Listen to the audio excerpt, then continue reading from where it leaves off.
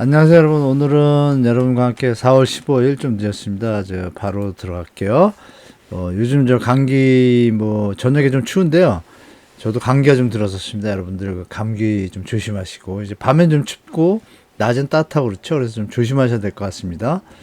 자, 같이 볼게요. 전국 경매 물건 급증 이렇게 되어 있습니다. 전국 경매 물건이 전년 대비해서 2배가 늘었어요. 많이 늘었죠. 제가 예전에 말씀드린 것처럼, 이제 물건들이 좀 이제 점점 가을 쪽으로 갈수록 많이 나올 겁니다.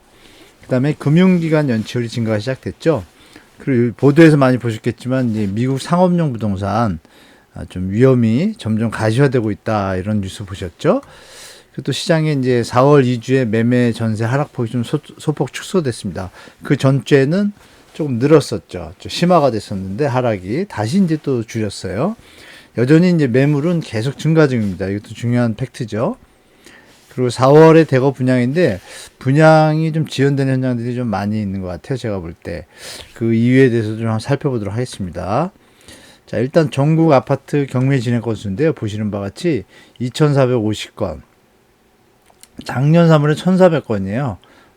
시장이 완전히 변했죠. 2배가 늘어가지고 앞으로 좀 더 늘어날 추세입니다. 제가 볼 때. 그리고 낙찰가율이 이제 제가 계속 경매 지표를 보여드렸었잖아요. 보신 것처럼 잠시 1월 달에 상승하는 것 같다가 다시 또 하락하고 있습니다. 여전히 낙찰가율은 좀 작고요.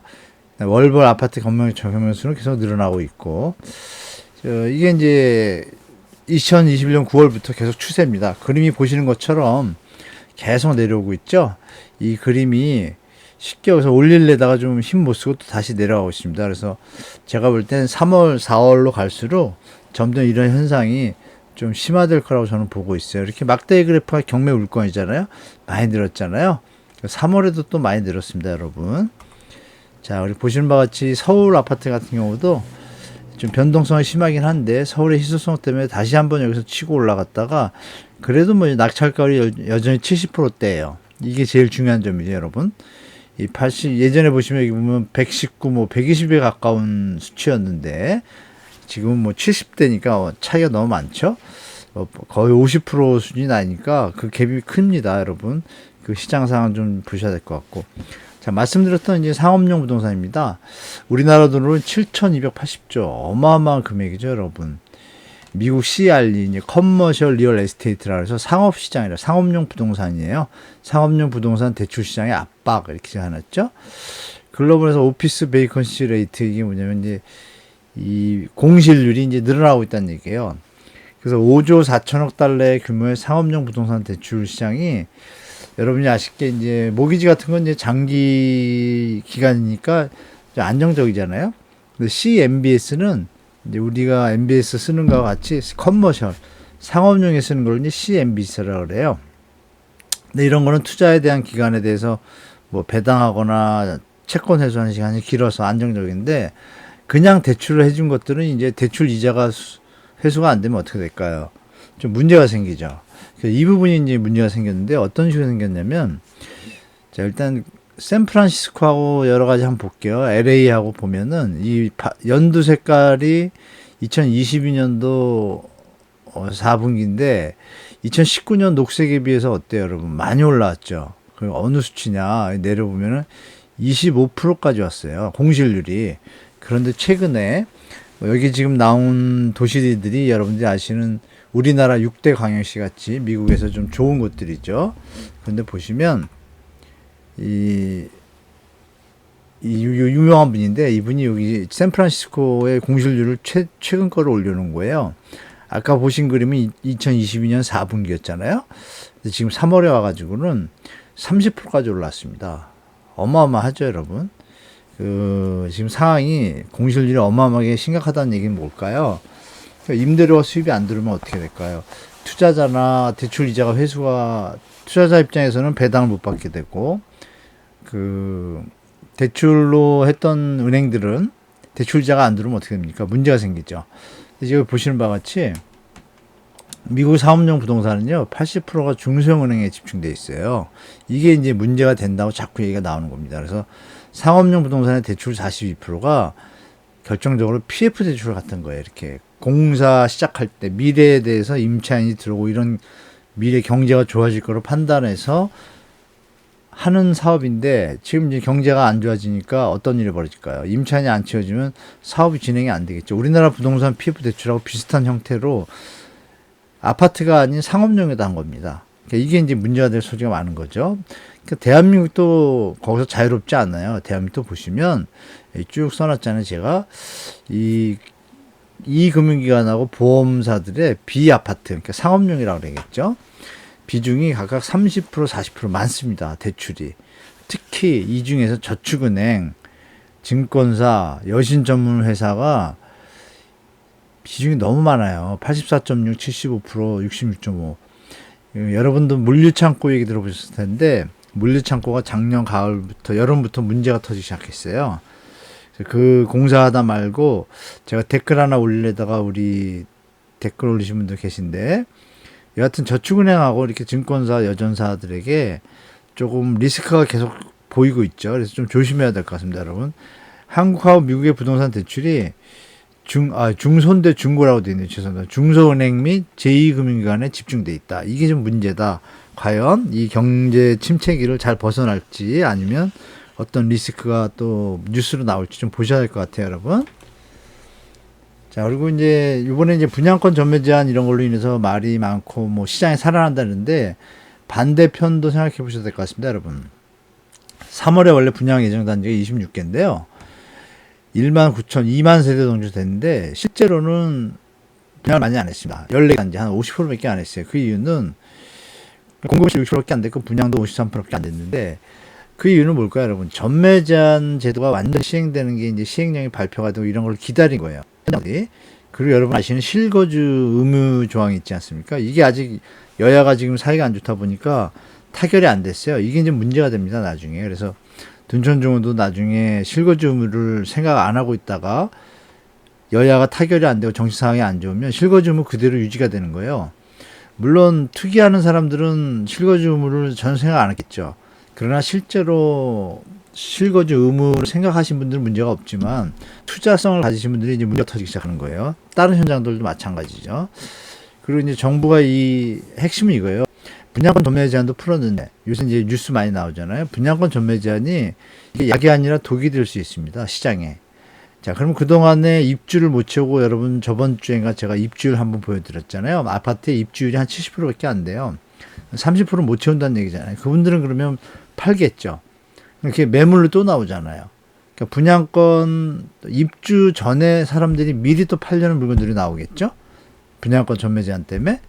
그러니까 이런 부분이 결정적으로 뭐냐면 물건은 나오는데 양도세가 여기 보시면 취득 후에 1년 내 처분이 시세 차익의 70%고요. 1에서 2년 내는 60%예요. 근데 이제 정부가 이제 올 초에 1월 3일 발표할 때 이거를 6에서 45% 낮추겠다고 했어요. 이 말만 믿고 투자할 수도 없잖아요. 그러니까 이런 부분 때문에 여기 보시는 것 같이 양도세율 조정이나 이런 부분들이 좀 아직은 리스크로 남아있다. 제가 볼 때 야당, 민주당이 동의 안 할 가능성이 높습니다. 제가 볼 때 양도세율에 대해서. 실거주의무 페이지도 동의를 안 하게 되면 지금 시장은 다시 이제 이 투자 붐으로 일으키려고 하는데 힘을 이제 잃어버려서 다시 하락으로 갈 수 있는 소지가 너무 많습니다. 물론, 자, 전국 매매 가격 동안 보겠습니다. 보시는 바와 같이 좀 줄였습니다. 뉴스에서 많이 보셨죠?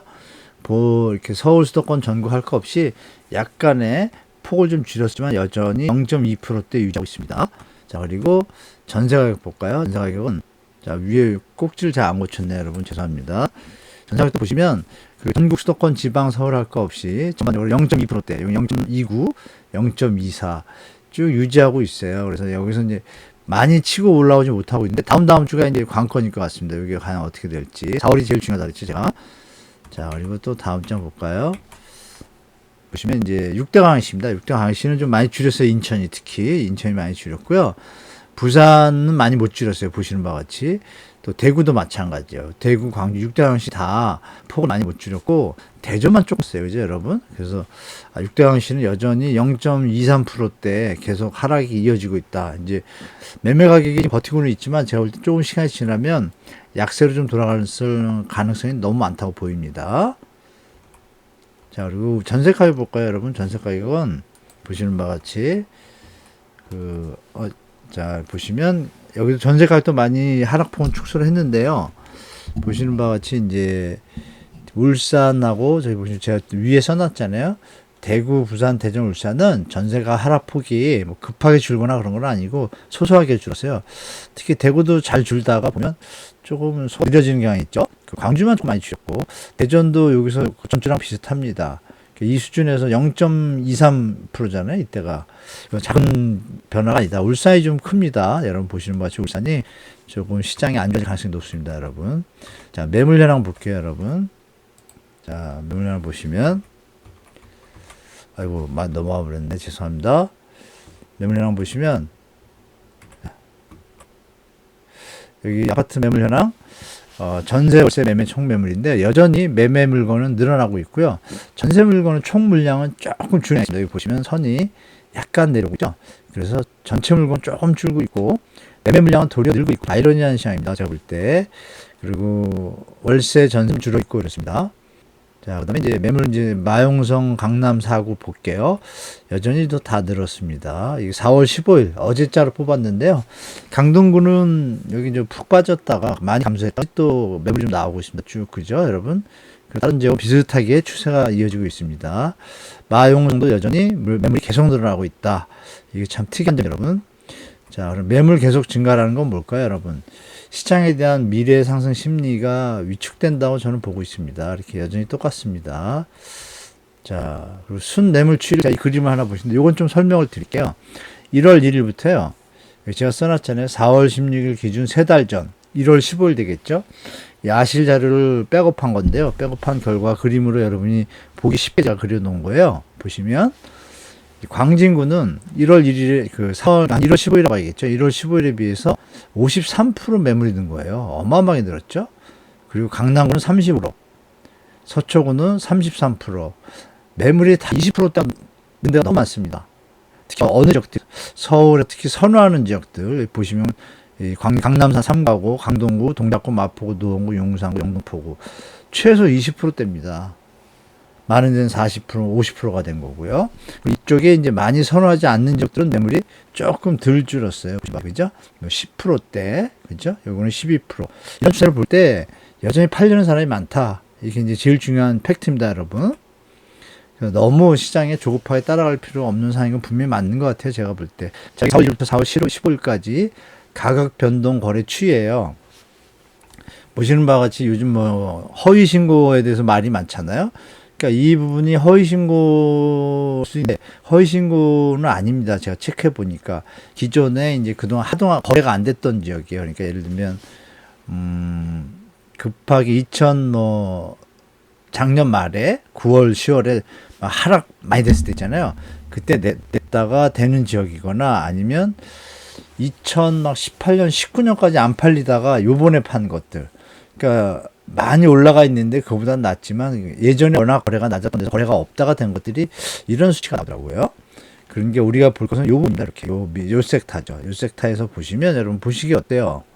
여전히 하락 거래가 한 60% 됩니다. 그리고 점점 이 4월 1일부터 흐름을 보더라도 예전보다 여러분 3월 달에 조금 이게 5대5, 4.5대, 뭐 6대4 정도까지 갔잖아요. 지금은 또 어때요? 약간 7대3 정도 비율이 좀 끼우는 느낌이 살짝 들죠.